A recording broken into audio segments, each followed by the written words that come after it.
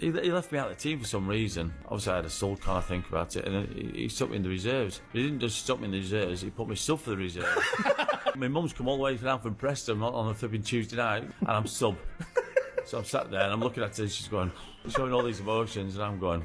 And one of his pet hates was, if you get down the line, put a cross behind the back of the goal. About 20 minutes ago, he puts me on. I've got the ball on the right wing, and I put this cross over the back of the goal. I'm thinking, shit. So I get back in the dressing room, and he used to carry either a tennis ball or a cricket ball, and he looked at me, and I caught it like this sort of thing.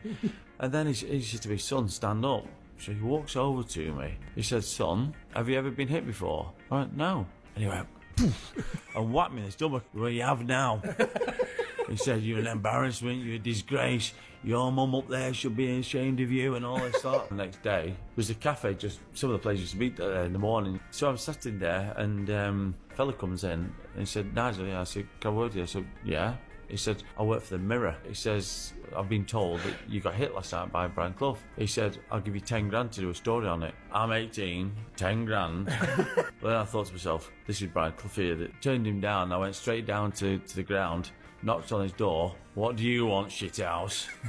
So I said, I just wanted to know that I've just been in the cafe and someone from the Mirror wanted a story about, you punched me last night. He said, what did you say? I said, no comment. He went, good man, well done.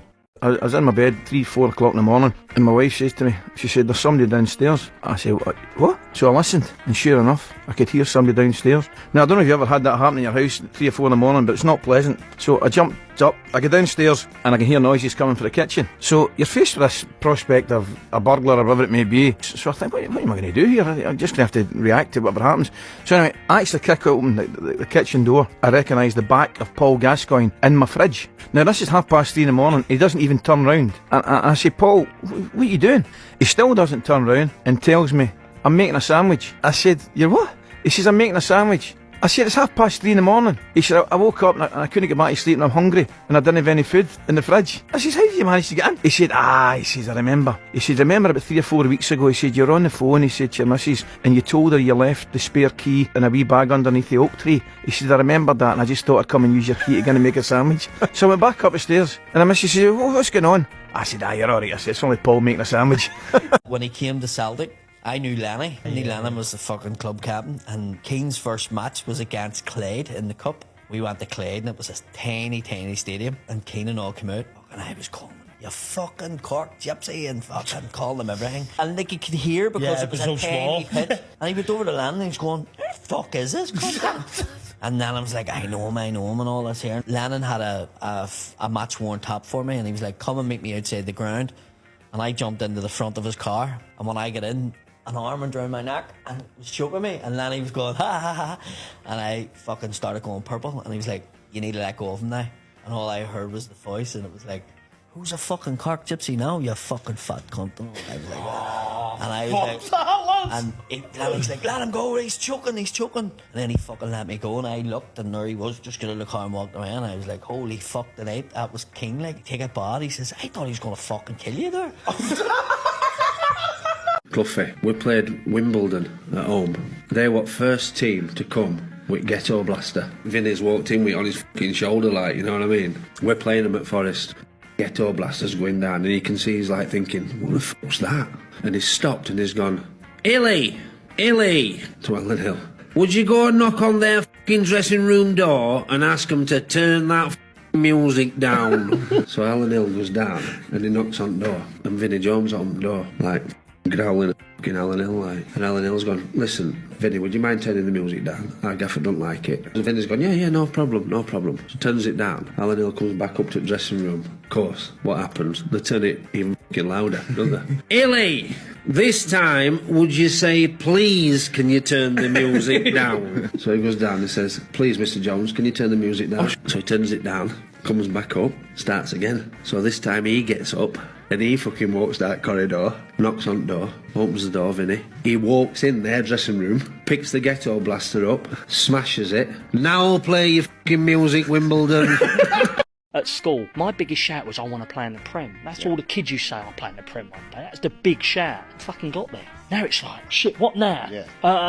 Don't panic. Fuck, I'm playing against Drogba. Oh, fuck. Like, it could easily be that. So I just dropped all that shit and went, right, I'm the Joker. Here we go. And I just started fucking about. And game after game, it was working. I just went on the ride. Yeah. And all my career, I've become this sort of like entertainer, if you want, and sort of had a good rapport with the fans. So that was me in sort of like in a bundle. Do you think it's intimidating for the other team to see you just fucking about? I don't know about intimidating, but some people could work me out. Yeah. Like, I'd see it in tunnel.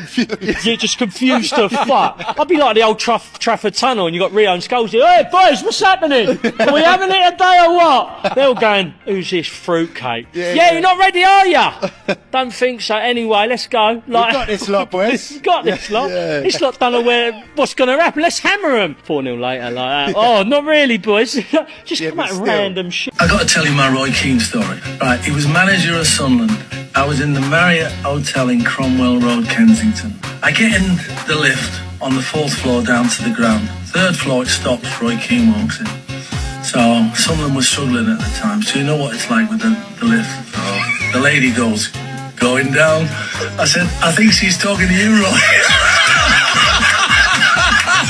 And to be fair, he looked up and he didn't give me the glare. I could see a glimmer of a smirk.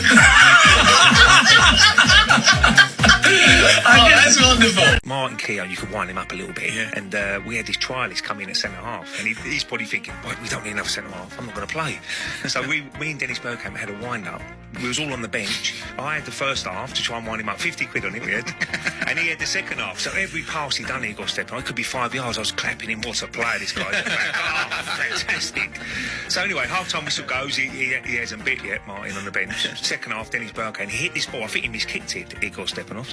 Went to one of our players 20 yards away. Dennis Bergkamp stood up and went, "What a player!" Started clapping, and all of a sudden Martin said, "He ain't that good. He should have been pushing up. He's dropping off too deep, and he bit it big time." 2 weeks later, I get back to training ground. He was sitting there. He got stepping off. So I'm like, "All right, he go." And he ain't that, Oh, so you never knew it was coming? No, because probably Wenger's been listening to Bergkamp going, "What a player!" And he's bought 100 grand. And we're buying. And as I come in, he talked like Borat. "I like it. It's very nice." I said, "All right, he go." And he went, "Yes, he's not." I said, "What are you doing here?" He went, "Let's sign me 4-year contract." I was like, "What?" He couldn't believe his luck. He stayed for 4 years. He was devastated when he had to leave. He played in a famous game when we lost 6-1 at Old Trafford. Oh, I remember. And Dwight York scored a hat-trick in the first half. We thought it was Christmas. And as I'm coming up the tunnel, he went, Where'd you get that centre half?" No! I went, "Oh, it's a long story, Dwight." He never played again, Igor, and I felt so... When he left, he was devastated. I said, "Hey, Igor, you've had a good run at it, mate. 4 years." And do you know what now? He's now the Latvian president now. Is that right? No, he's not really.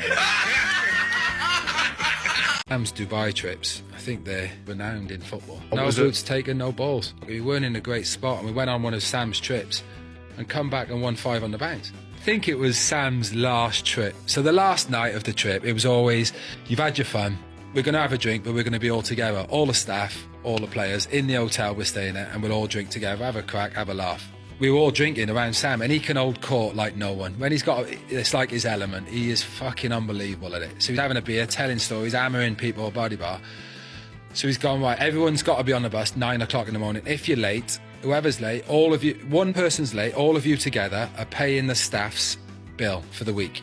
That morning, hanging, we're all getting each other up. Don't be late, we've got to pay Sam's bill. Everyone's here. There's no Sam. So we're all starting to have, oh, fucking gaffer's late, body bar. So all of a sudden you see like the sliding doors of the hotel open. Sam comes out with his glasses on, pulling his suitcase, but he looks like he's got the raving amp. We're thinking, there's something happening here. So he gets on the bus, sits down, gets the microphone from on the bus, the old microphone, and goes, "What a fucking trip that was, boys! See you again next year." And then he went back and won 5 on the bank. I remember at Christmas, I were an apprentice, £27.50 a week. It were hard to live on. Train home were a tenner. It's half a week's wages nearly gone. I've always been one to try and earn a buck or two like that. My father were a market trader and he made slippers. So I thought, I'm going to try and flog some. Footballers, Christmas, lazy, don't want to go shopping. Ideal. So I've took a massive box of slippers, filled boot at car with this big box with all slippers in. I'll have a pair of size 10s, 7s and 6s, brilliant. So they're all of a sudden, they've nearly all gone, like, and I've got more money in my pocket than I've ever had. Anyway, he's found out, hasn't he? He's found out that I'm flogging slippers in the dressing room. Anyway, he's got me to office, and he goes, I've heard you've been selling dodgy f***ing gear in my premises. House. I think I'm gonna fine you. I might even f***ing sack you.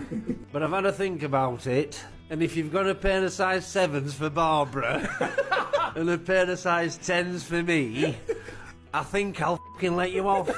So I get him slippers, and I'm stood there because I'm wanting f***ing tenner. You're not getting paid, house. F*** off.